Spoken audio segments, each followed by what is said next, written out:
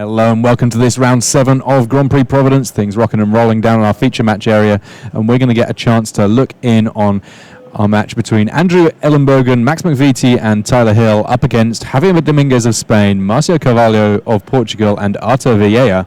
You see 18 and 2 next to some of those names. That means that we've got 2 of the top 25 players in the world, including Marcio Carvalho, second ranked in the world. We're going to be kicking off with his match against Max McVety in the center of this matchup. These players just getting ready to kick things off here. And we should be starting in just a moment.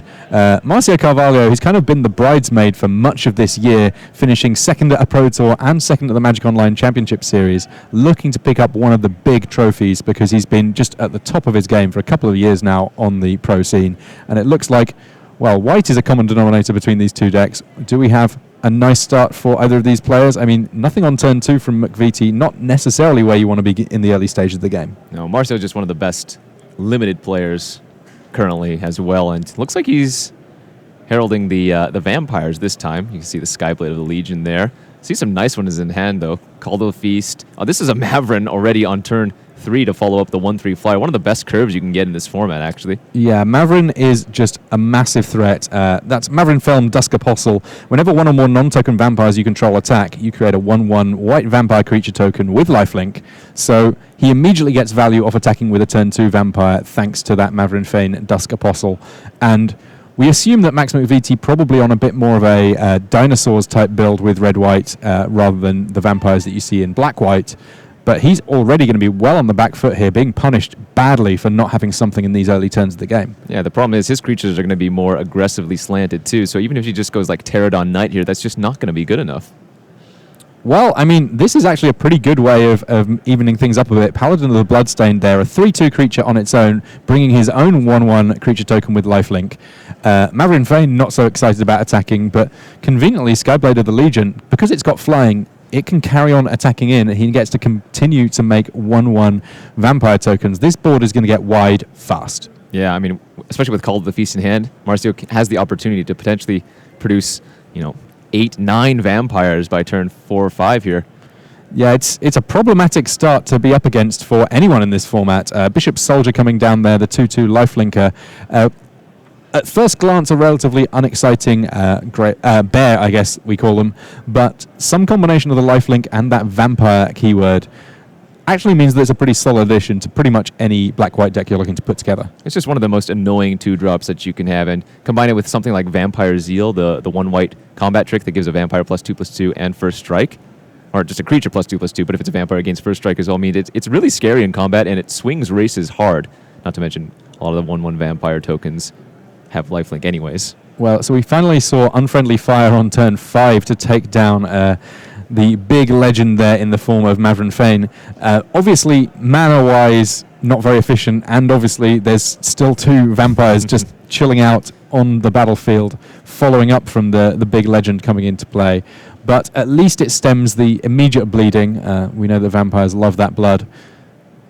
A trade here, and still more life for Marcio Carvalho. Yeah, Marcio just has another, he's gotten a free Queen's Commission, basically, off of that Mavrin Fane, and he still holds the board. Even though he's kind of stuck on 3 lands here, he develops out with another Skyblade of the Legion. This is just really good for him. Max is going to need a large creature here. We see a second Dragon Skull Summit, so... Yeah, I mean, if he's got a black splash, then it's the easiest splash he can ever really have. Oh, no. A bit of a strange combination here. We see a couple of cards getting a look here. Dusk Legion Dreadnought, that a very potent vehicle. The Vigilance working well in addition to the Crew 2. Yeah. And then also getting thrown down on the very same turn gets to do a little bit of tracking. Yeah, Deadeye Tracker just so solid in Limited in general. You're going to be trading off things in the early game, in the late game. It's a 1/1 for 1, so your opponent doesn't really want to use a removal spell on it, but it just takes advantage. Exploring, basically, whenever your opponent has 2 cards in the graveyard, it's just such good value for a 1-drop. Yeah, and it's nice to be able to play it when there's already 2 cards in your opponent's graveyard. Sometimes people can mitigate the power of Deadeye Tracker simply by playing around, letting there be too many cards hit that graveyard. Right now, Max knows that he's got 1 Explore just in the bank for when he needs it. Oh. Well, to the air we go. The Aerosaur coming down for Marcio Carvalho. There you see it. Imperial Aerosaur, a power uncommon in white. 3/3 flyer for 4, already exciting, and that's before you think about the fact that it lets one of your creatures get +1/+1 and flying until the end of the turn upon coming into play. Yeah, in such a racy format, I think that card is just so good. It keeps going up and up, in my opinion. Like, I don't know if there are many cards that I would first pick over Imperial Aerosaur. Yeah, at that point we're starting to talk about premium rares, and many of the premium rares start to either have really high casting costs or be in multiple colors, so that even then it may just simply be preferable to keep things simple, stay in one color, and do that one thing really, really well. Kitesail Freebooter there coming down for Max McVety. He gets a chance to take a look at the hand of Marcio Carvalho. Oh my. Wow, that was a timely Kitesail Freebooter as it turns out. Yes, there's a few options here.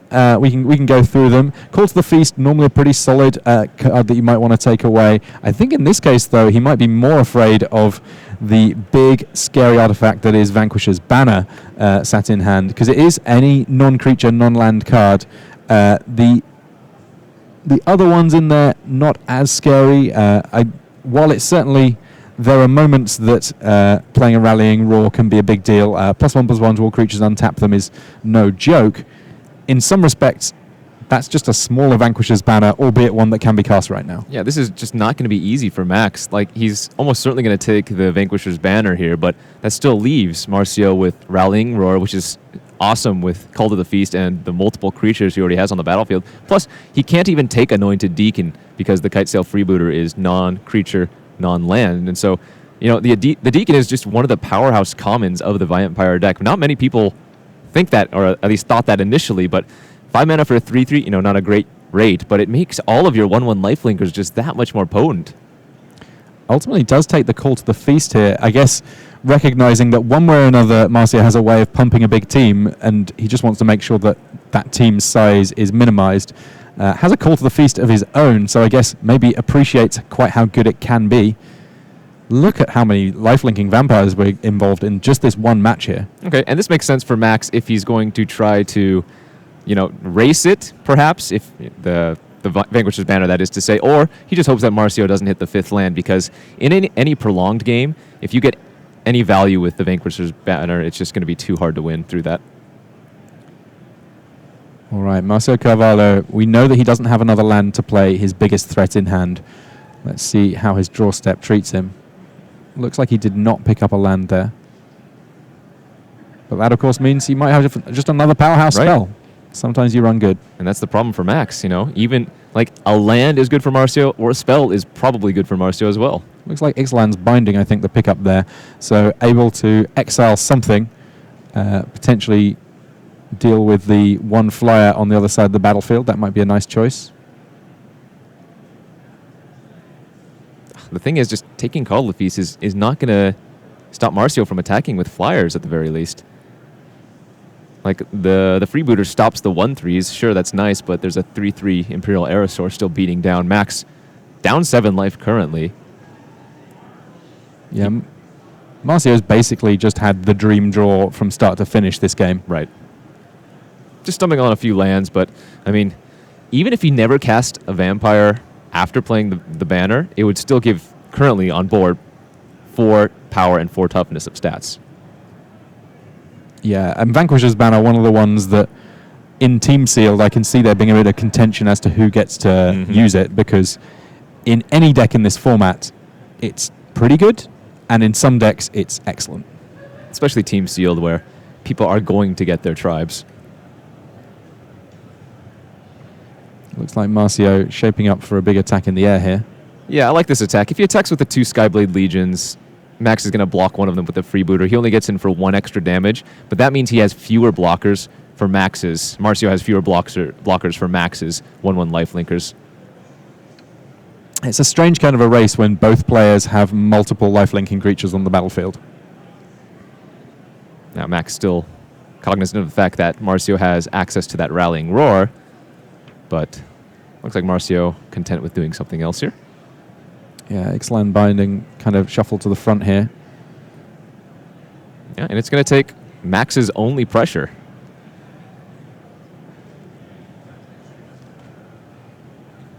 Draws for the turn, looking to get something going here. I wonder whether actually red was the splash for McVety rather than black as we initially thought. One way or another, his non-basic lands very much helping out on that splash. Normally you don't really want to be opening too many non-basic lands in the rare slots in Team Seal because you'd rather they had something a little bit more potent, but if it means that that splash works out, then maybe it's worth it.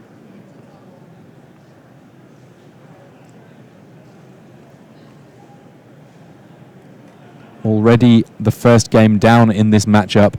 Javier Domingues of Spain has taken game 1 against Andrew Elenbogen. So the right-hand side of our table, just a whisker in front at this stage. Obviously plenty of time to go in this match. Both these teams on 5-1 at present. All right, Dark Nourishment does take care of Marcio's larger onboard threat, but, well, again, that Vanquisher's Banner always lurking in the distance. Also a little bit of life. Dark Nourishment there. We've seen 3 damage to target creature or player gain 3 life at various costs and speeds over the years. This is about as good as it has got within black. Obviously, Lightning Helix, slightly more efficient rate, but requiring 2 colors of mana. Unlikely to see that one in standard again anytime soon, I don't think.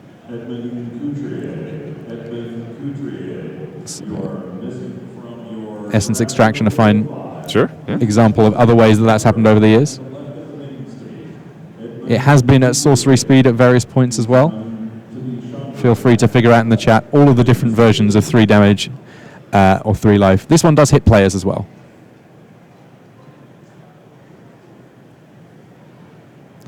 Marcio figuring out his options here. Must be nice to have this many options. Yeah, it looks like he just passed back to Max. This is Max's time to capitalize. He knows Marcio has multiple 5-drops in hand.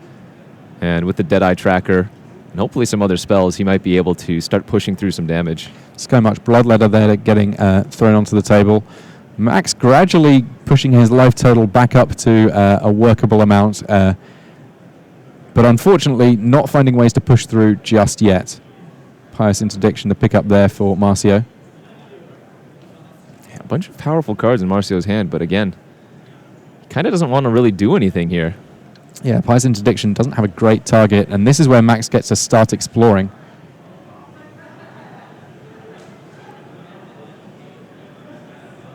Didn't quite see what it was that he revealed there. But the Deadeye Tracker doing the work that it threatened to do for so long.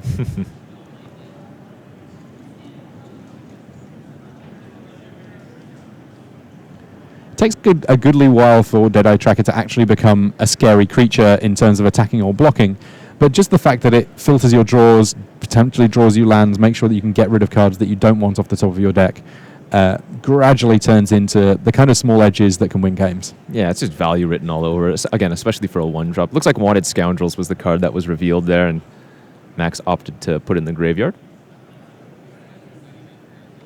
Yeah, Wanted Scoundrels is kind of a risky one, especially when you know that your opponent has a good use for additional mana. I think it's a card that when I initially saw it, I thought, well, I never want to play this because I really don't want to give my opponent the extra mana. As it turns out, the sheer size for a 2-drop is just huge and often worth it. Especially if you can curve it into a Pirate's Cutlass, then you're attacking with a 6/4 on turn 3. Holy crawl one, that one. Marcio, again, not finding his 5th land.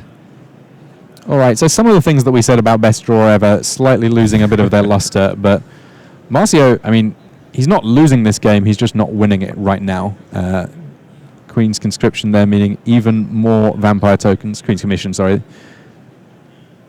No, that gave Max the 2nd target in the graveyard to use the tracker again, so slight bonus there, but Max still needs to find a way to push through. This is a good board stall, but as soon as Marcio finds another land, he's going to have Vanquisher's Banner to pump up his team. Then he also has Rallying Roar to pump up his team even further, so... Yeah, at that point, it won't take too long for this game to close itself out. Well, if we were looking about ways of working with a big old team, this certainly qualifies. Goring Ceratops there. It has double strike, and when it attacks, your entire team gains double strike. It's a 3/3 on the natural. Any kind of pump spell, big, but Pious Interdiction, we knew it was in Marcio Carvalho's hand. seems like he found a great target for it, and that means that if we had an advantage bar, I think it would probably still be in Marcio's favour, and he has the 5th land. Firmly in his favour. In the next turn or two, we could see some explosive plays from the Portuguese pro. And that's what Max needed. He needed something like Goring Ceratops there, but Marcio had the answer, and now he's stuck again, just looking at the board of 1-1s, and especially the 1-3s on Marcio's side are just holding everything back. Yeah, it's weird what happens when both decks are trying to go wide, that ultimately they might as well have fewer creatures in play until someone finds one of those big stall breakers, and we know that Marcio already has them in hand, whereas if Max has got them, he has yet to really be able to get any of them to stick. Right.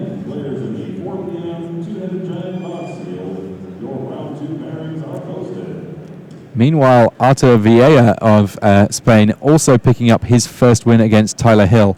So even though this first game between Marcio and Max is taking a bit of time, on either side, Carvalho has every reason to feel pretty good about how things are going on there. Looks like that was the Vanquisher's banner coming down. Just going to move everything around so you can actually see it in play there. Let's run through what it does, because while we saw it in hand a little while ago, it's been a little bit of time here. So I'm guessing he's going to choose Vampire here. That's probably a good guess. His entire team of vampires getting +1/+1 now, and that's a static ability that will be carrying on for just as long as the banner's in play. And every time he casts a vampire, he will get to draw a card. This obviously only applies to Marcio. It is not a symmetrical effect, and that's probably for the best on this battlefield, because there are just a crazy amount of vampires on here. I'm not quite sure what the collective noun is for vampires, but there's a lot of them here. A lot of vamps. Yeah, and now the banner is making the Skyblades 2/4s. 2-mana 2/4s seem quite good. With flying. With no flying. less. Lets them attack through the 1/2 and the 2/2 flyer. And Vampiric Zeal there, meaning that at least one of them getting taken down, winning that fight handily enough. Just takes 2, and more lands for Marcio. So this is kind of what happens when someone stalls on land for a little while. When they finally draw out of it, they've got a handful of gas. Meanwhile, for the player that's played lots of lands in the other game, they've still only got 1 card per turn that they're drawing into to potentially try and get something going. The banner is just so problematic, though, because now those spells that have been sitting in Marcio's hand are also just turning into more cards because of the banner, right? He just casts the Deacon, draws a card, gets to pump up one of his vampires, 2 power, gets attacking for more creatures. And, Max wasn't anywhere close to dead, technically, but he was very, very dead.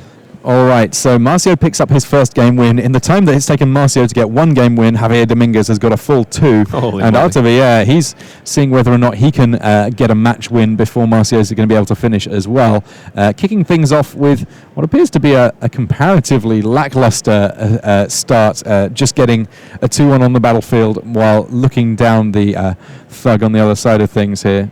The Brute, on the other side of things. Yeah, Headlong Brute, or Headlong Brute, and then the Search for Escanta, I think that is. On it is indeed. Side. So that means that basically every turn Tyler Hill will be able to try and make sure that he's drawing more and more potent cards, because he gets to look at the top card of his library and he can choose to put it in the graveyard if he wishes.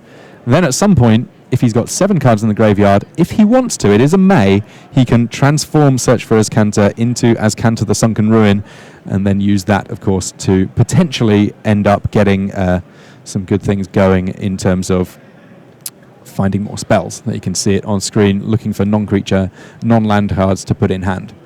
I've heard people talk about this one and actually say that even once they hit 7 cards in the graveyard, they might just not let it transform, because it's more valuable to them to just effectively get the Explore without +1/+1 counters each and every turn. Yeah, it's kind of like scrying, seeing if you want the card.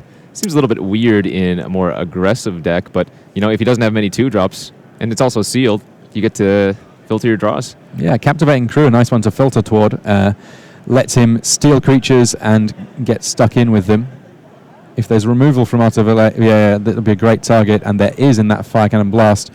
That means more attacks from Villela. This is the way that you win a match fast. Yeah, Captivating Crew is a must-deal with card. Just one of the most powerful rares in the format. Sometimes you don't always want to quote-unquote hijack a creature for the turn, but in any racing position, it just turns everything gross. And plus, later in the game, if you can activate it multiple times, then your opponent's going to have a real bad time. Absolutely. We sail, we plunder, then we dance. All of them relevant. Captivating Crew. At this point, though, the last dance has already played for that one in the graveyard, thanks to that fire cannon blast. And Tyler here with a bit of thought as to whether or not he wanted to put land in the graveyard, ultimately keeps it on top, and it's time to play a whole bunch of creatures, gets to explore, sees another copy of that Siren Lookout.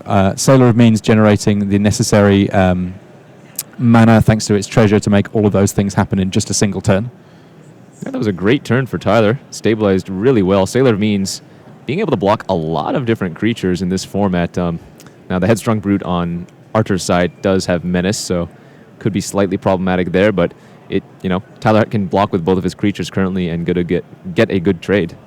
Yeah, it's suddenly gone to being kind of a close game. It looked a little bit dicey early doors, but at some point this is going to work out nicely. And you see there the die on top of Tyler Hill's deck. You're allowed to use these little reminders, and this is just so that he doesn't forget about his ability to use that Search for Azcanta each and every turn to look at the top card of his library and potentially throw it into his graveyard. A bevy of spells in Archer's hand here, in addition to a land.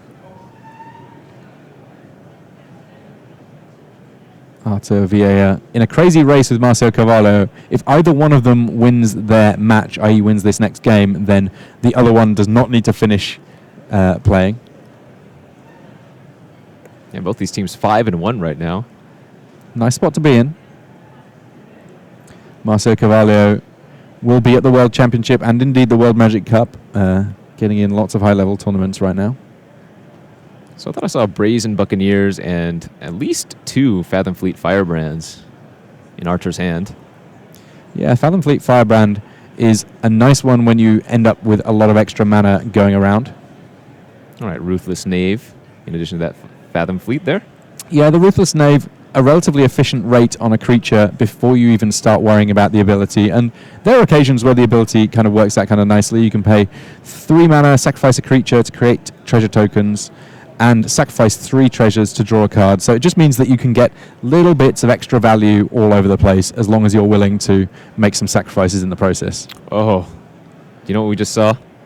That is River's Rebuke. One of the most powerful blue rares.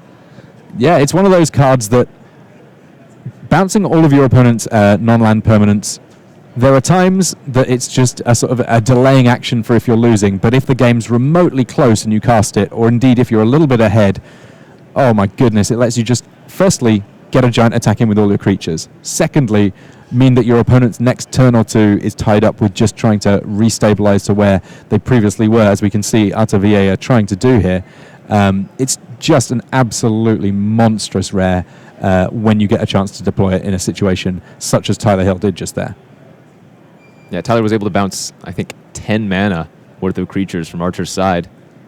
The Knave, the Fathom Fleet, both of which are on the battlefield again, the Dire Fleet Hoarder, and then the Headstrong Brute. So, huge swing.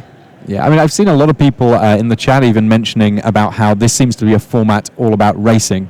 And in a racing situation, if things look remotely close, River's Rebuke ought to push you to the finish line. Absolutely. The sick thing is, it returns treasures too, so if your opponent should have extra treasures, they're not going to be able to use them anymore to recast all of those spells. So, big swings and an air elemental. All right, Arthur, you've got a lot to do here if you're going to stay in this one. Yeah, Air Elemental just been a premium card in all limited formats for, well, whenever it's printed, honestly. Yeah, it's one of the old-timers of Magic, and it's always been good. A 4/4 flyer for 5, you're not very often going to get a better rate than that, and certainly not at uncommon. And this attack signals that Archer almost certainly has some amount of raid to be enabled. I think his only hope was that Tyler blocked with the Air Elemental, and then Pyromancer would finish it off. But he had the the unfriendly fire. Yeah, unfriendly fire, just enough to deal with the Air Elemental. I'm not quite sure how that works in a flavor sense, but you know what? We won't worry too much about that. Only 3 damage being threatened by Tyler Hill here on the battlefield. Looks like he sees Fire Cannon Blast on the top of his deck here and just has to figure out whether or not that's a card that he really cares about right now.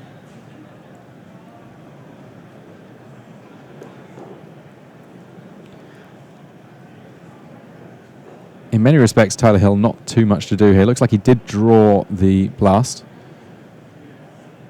And I like that, just clearing off the Fathom Fleet, which is actually very problematic in theory anyways. It allows more raid to be enabled.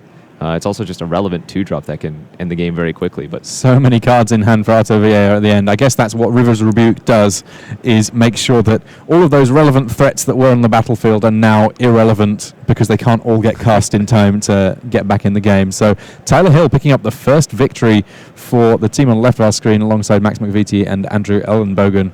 Max-Mcvety here looking a little bit better than he was last time, was able to take the Vanquishers banner there in the early game exactly where he wants to be, and this time it doesn't appear that we've had quite so strong a start from Marcio Carvalho, though worth noting that already a key card in that graveyard, that is once again Mavrin Fane Dusk Apostle has at least briefly got involved this game. Yeah, we can see the lightning strike in Max's graveyard.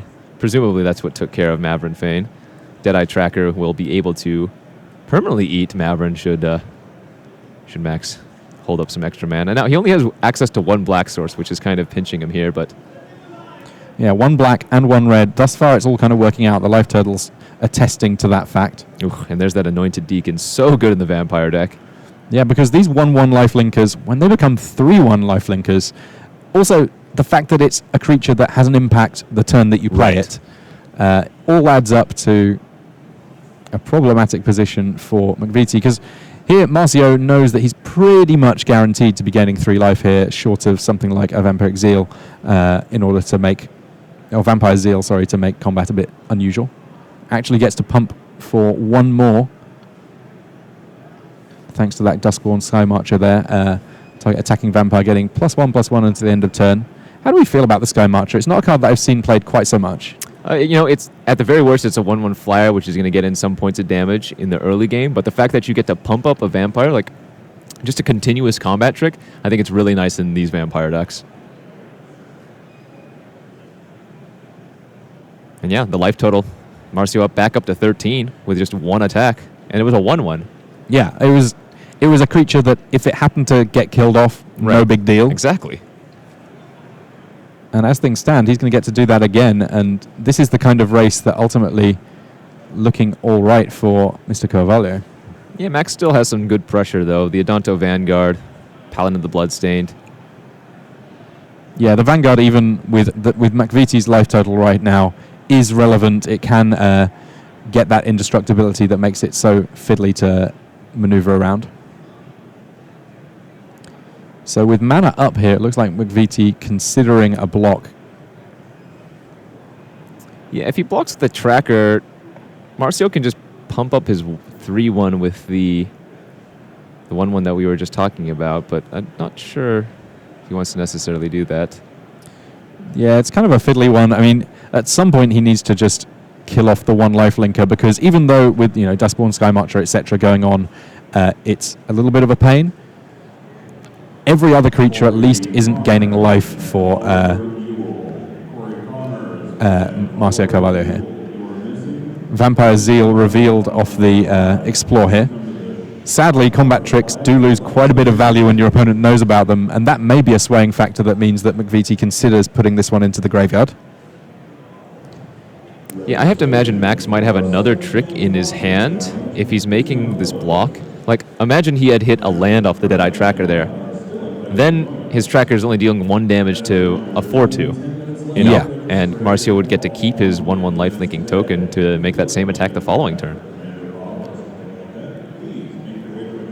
So Vampire Zeal does get picked up here. And here's some attacks. Skyblade Legion, the play from Marcio last turn. 2 copies of that one ready on defense. And Marcio offers the trade here. Max says, I'd rather take 4 and have it be a one-sided encounter. Yeah, he has plenty of life to work with, and he doesn't have to be too worried about Marcio now that he's lost all of his life linkers. Yeah, that one of the vampires that chooses to eat life rather than generate it for its owner. a nice little sort of back and forth play in the Vampires deck does involve judicious use of life in a whole variety of ways. Very flavorful.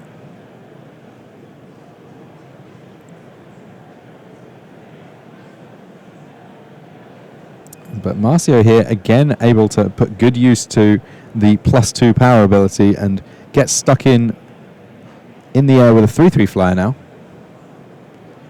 And of course, McVety knows that the last thing that he wants to do is block here, because blocking potentially means that we might see that Vanguard's banner coming back along, and that would be a big problem. Yes. Marcio has to kind of attack here. Like, his creatures are much better aligned, or at least the Deacon and the Duskborn are better aligned at attacking.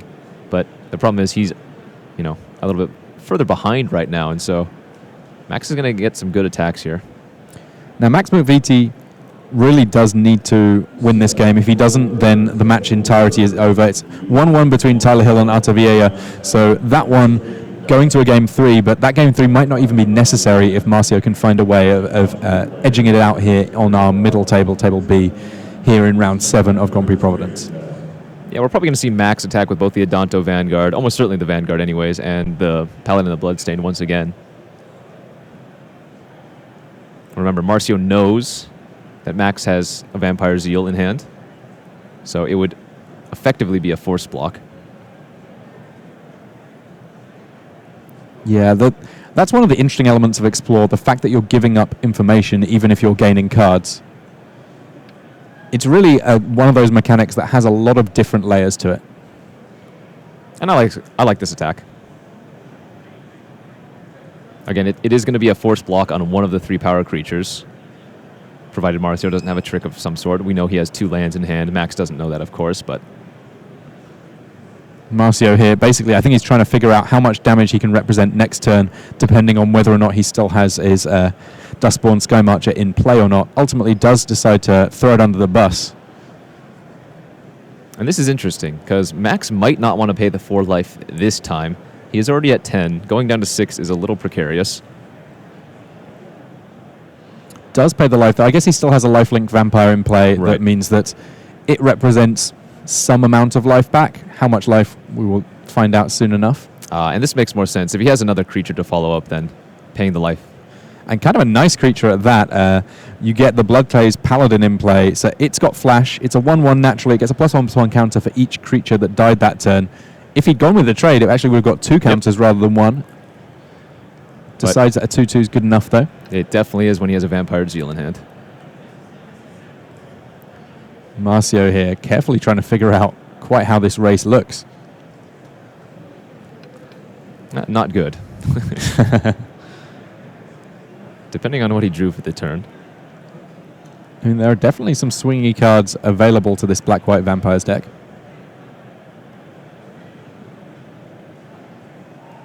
It's funny, in each game, Marcio has had one of the kind of ideal starts for Vampires in being able to get Mavrin Fane down.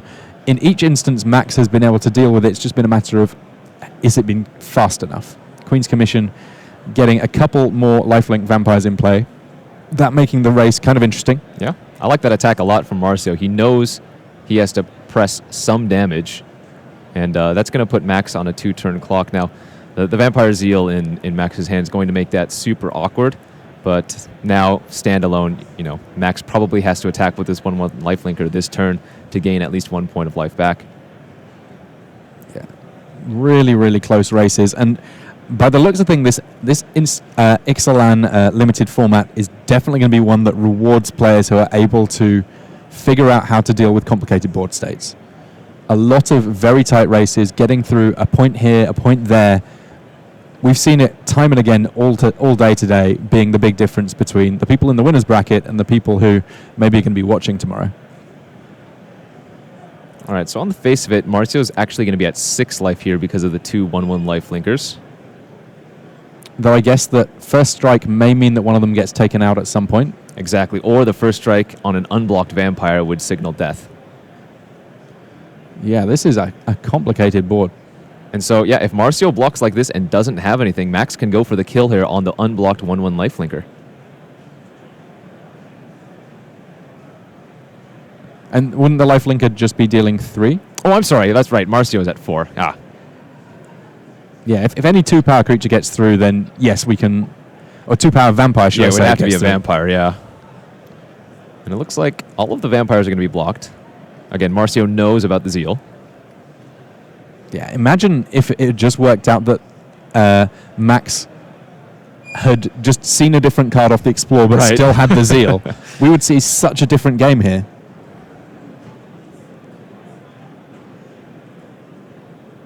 All right, I think these might be the blocks that Marcio has gone with. All right. So right now, as it stands, Marcio would be taking 1, but gaining 2. And Max would be gaining 1. And he's going to go for the kill on the problematic Anointed Deacon. I like that. First strike resolves. We have a slightly clearer board. Our life totals have been monkeyed around with a little bit on both sides. Oh, that's a good follow-up. Wanted Scoundrels. Yeah, Wanted Scoundrels, the biggest creature on this battlefield. But now Max McVety out of cards in hand, 4 points of life apiece. It's all going to come down to what Marcio Carvalho can string together was that here. a dark? No, that was no way. That was a Dark Nourishment, was it? Because that would be lethal. I think it might have been a Skullduggery, though. Take a look at Marcio's deck list. Yeah, it looks like it was not, in fact. Super duper close game, though. My goodness. Marcio Carvalho thought that he may have had it there briefly, but we are going to see a game 3 there. And this is actually going to be our last game of the match because Tyler Hill has picked up game 3 against Artavilla. So now we have a straightforward 1 game for it all. Each of these teams currently at 1-1. We can see there on both sides the players going to their sideboards. And it looks like there's going to be a 3-headed giant game going on. Admittedly, only 1 deck on each side of things, and the life total is still starting at 20. But this is going to be a big deal, this game. 13 and a half minutes left on the clock. Each of these players very, very keen to represent well for their team and be able to go to 6-1 with 1 round left on the day. And of course, after this game's complete, we are going to get a chance to see our Time Walk match as well. So much Magic coming to you here from Providence. Myself, Tim Willoughby, and Kenji Igashira are very excited to bring you this new Ixalan format. Looking like it's going to be an exciting one. Obviously, regular sealed deck, these decks would be overperforming there. But I think these decks are a reasonable template for what you might be hoping to achieve from a good draft. Oh, absolutely. You know, these players are opening 12 packs. They're going to get multiple rares that are just complete bombs, right? And even though we saw 2 Dragon Skull Summits from Max's side, he still had access to plenty of good cards.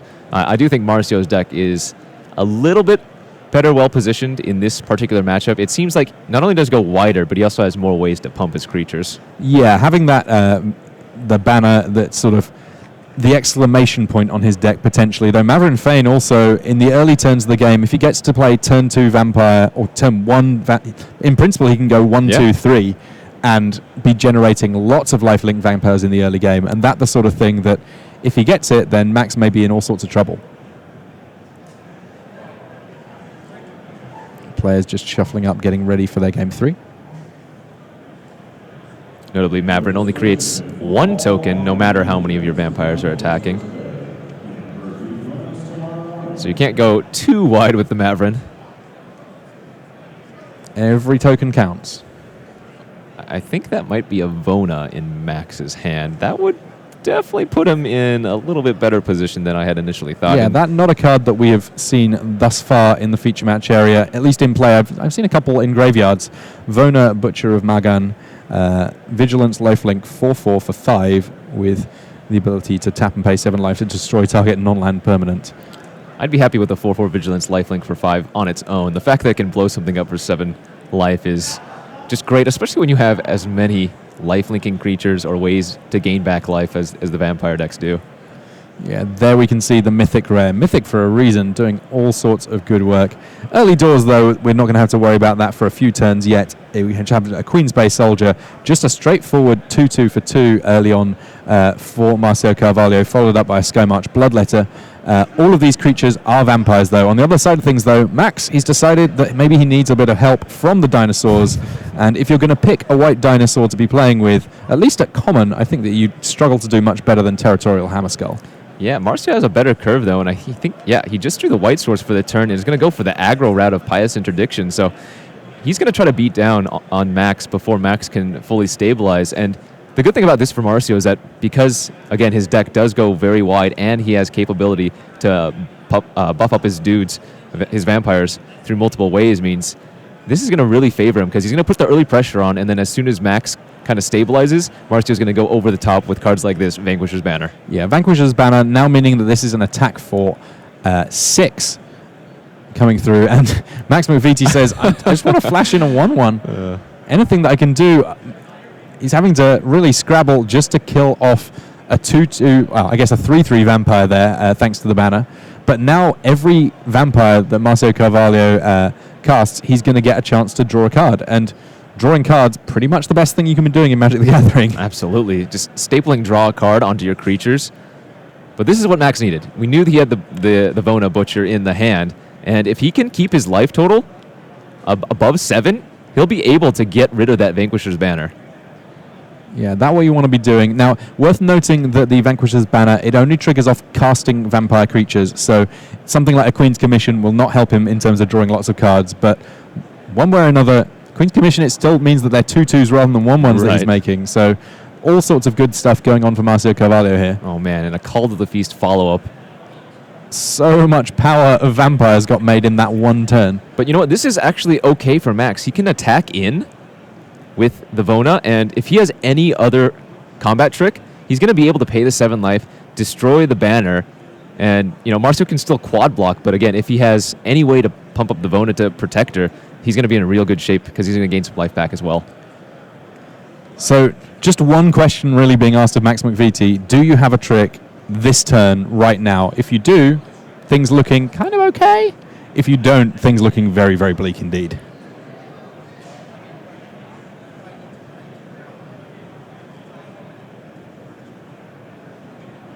All right, weighing their options. And remember, each of these opponents, or each of these players, their teammates are going to be weighing in a little bit if they're asking for help, because all the other matches are already completed. Yeah, it is 1-1 right now. McVety does have an unfriendly fire. And that's going to be perfect. The thing that Max almost wants here is to not have too much chat with his teammates, because he doesn't really want to give the game away. Interesting. So he goes for the unfriendly fire there just to deal with the biggest creature on the other side of the battlefield for Marcio. Holds back with his big mythic. All right, looks like the life total might actually be wrong and that Max was on 7. That would certainly change the, that would make more decision-making sense a little bit. It looks like that is in fact the case. That makes total sense here, and that means that, of course, Marcio with a Deathless Ancient there, just piling on the pressure, gets to cast a 5/5 flyer, draw a card. Even if Max is able to gain some life and deal with the Vanquisher's Banner, things not looking too exciting here. Yeah, Marcio has just kept the pedal to the gas, There we see the Deathless Ancient with enough vampires that even if it gets killed off, Marcio can just bring it back. Remember that Deathless Ancient is a 5/5. All the 1/1s are actually 2/2s. With lifelink. With lifelink, although Marcio already had a healthy 22.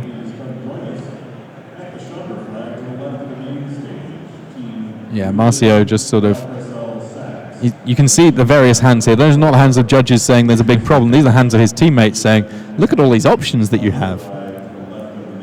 Getting to live vicariously through their teammate who might well be securing the win that gets them the win in this match.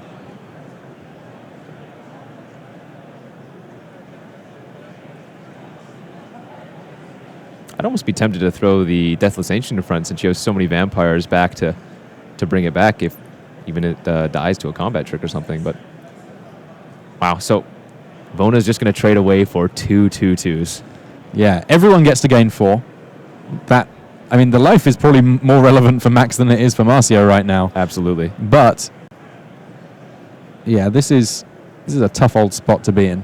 Okay, one nice thing for Max is that the Territorial Hammer Skull, even though it is does have a Pious Interdiction on it, can crew up the Dusk Legion. It doesn't want to fight, but it does not mind messing about in boats. Right. Dinosaur crewing boats somehow. As things stand, though, boats do not fly. Not on Ixalan, at least.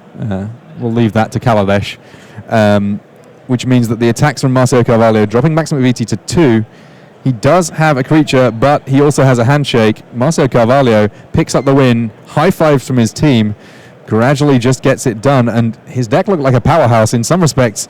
All credit to Max McVety for even taking a game off him there, because everything that the Black-White Vampires deck could want was pretty much available to Marcio Carvalho in that match. We will be back with our next Time Walk match with you soon enough, but don't go anywhere.